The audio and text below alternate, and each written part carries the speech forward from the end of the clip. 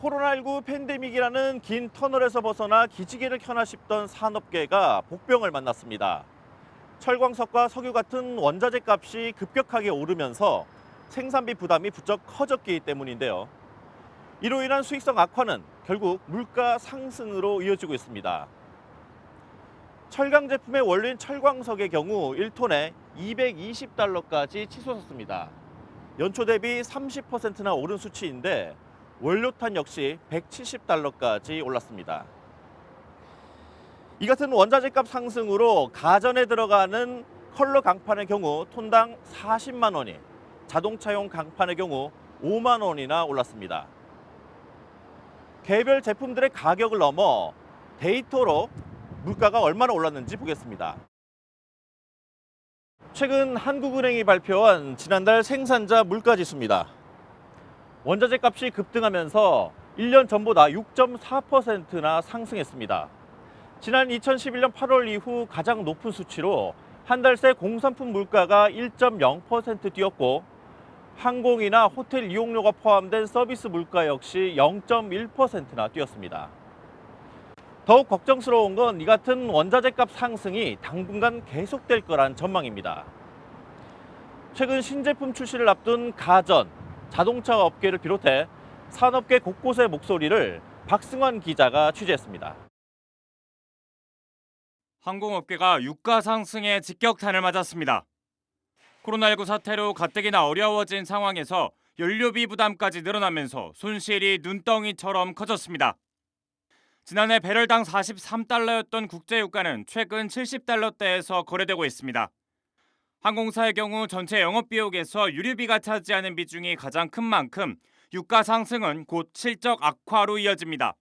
송원가에서 유류비가 제일 많이 차지하고요. 2019년 같은 경우에는 거의 25% 가까이 부담했는데 유가가 일정한 선을 넘어가게 되면 개인당 추가로 유류 할증료를 받고 있는데 고유가가 부담이긴 해운업계도 마찬가지입니다.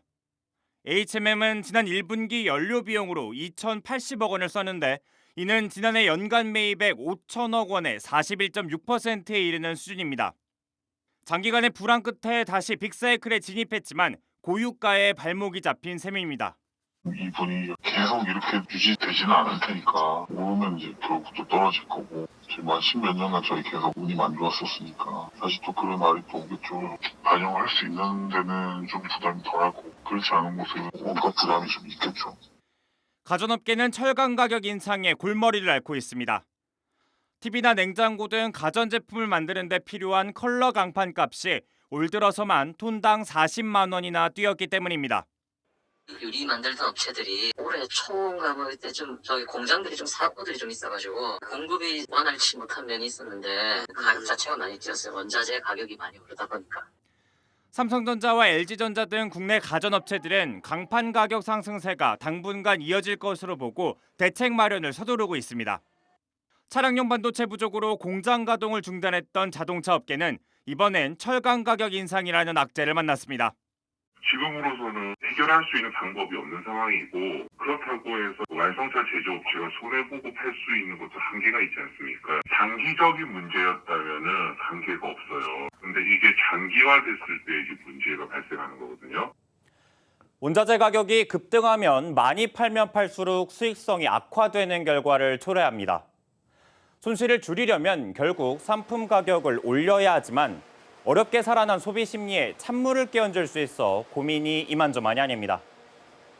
원자재 값 상승에 대한 우려가 산업계 전반으로 확산되고 있는 가운데 세계 각국이 테이퍼링과 금리 인상 시기를 앞당길 수 있다는 전망까지 나오면서 수출 전선에 빨간불이 켜졌습니다. 이어서 고영욱 기자입니다.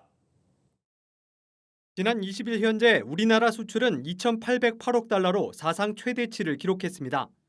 특히 반도체와 자동차 같은 주력 품목 수출이 크게 늘었습니다. 국가별로는 미국으로의 수출이 40% 이상 늘었는데 미국은 그동안 억눌렸던 소비가 백신 접종과 함께 폭발하는 모습입니다. 실제로 미국 최대 전자상거래 업체 아마존은 최근 진행한 프라임데이 행사에서 우리 돈으로 13조 원의 매출을 올렸습니다. 그런데 우리 기업들의 표정이 밝지만은 않습니다. 펜트업 효과로 가전 판매에 긍정적인 효과가 예상되는 반면에 양적 완화 축소에 따른 소비 심리 위축으로 부정적인 효과도 있을 수 있기 때문에 상황을 좀 예의주시하면서 생산량을 탄력적으로 운영할 예정입니다. 코로나를 좀 벗어났다고 얘기 들을 정도로 실적을 많이 회복한 상태인데 여러 가지 유가 상승이라든지 금리 인상이라든지 거시적으로는 또 이펙트를 미치기 때문에 저희도 추이를 보고 있는 상황이고. 미국의 양적 완화 축소 시행 시기는 고용 수준이 회복되는 내년 1분기 무렵으로 예상됩니다. 8년 전 미국이 양적 완화 축소를 진행했을 땐 신흥국들의 경제 불안이 이어졌습니다. 특히 인도, 브라질 등 상대적으로 취약한 8개 국가의 타격이 컸습니다.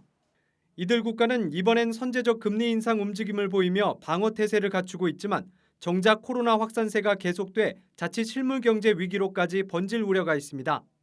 무역협회에 따르면 우리나라 상위 10대 수출 품목 가운데 자동차 부품이나 합성수지 등은 이들 고위험 국가에 대한 수출 비중이 많게는 18%에 이를 정도로 의존도가 높습니다. 우리 기업들의 수출 기대 심리는 10년 만에 최고치입니다. 반짝 호황에 그칠지 여부를 가릴 시간이 얼마 남지 않은 만큼 준비를 철저히 해야 한다는 의미입니다. 한국경제TV 고영욱입니다.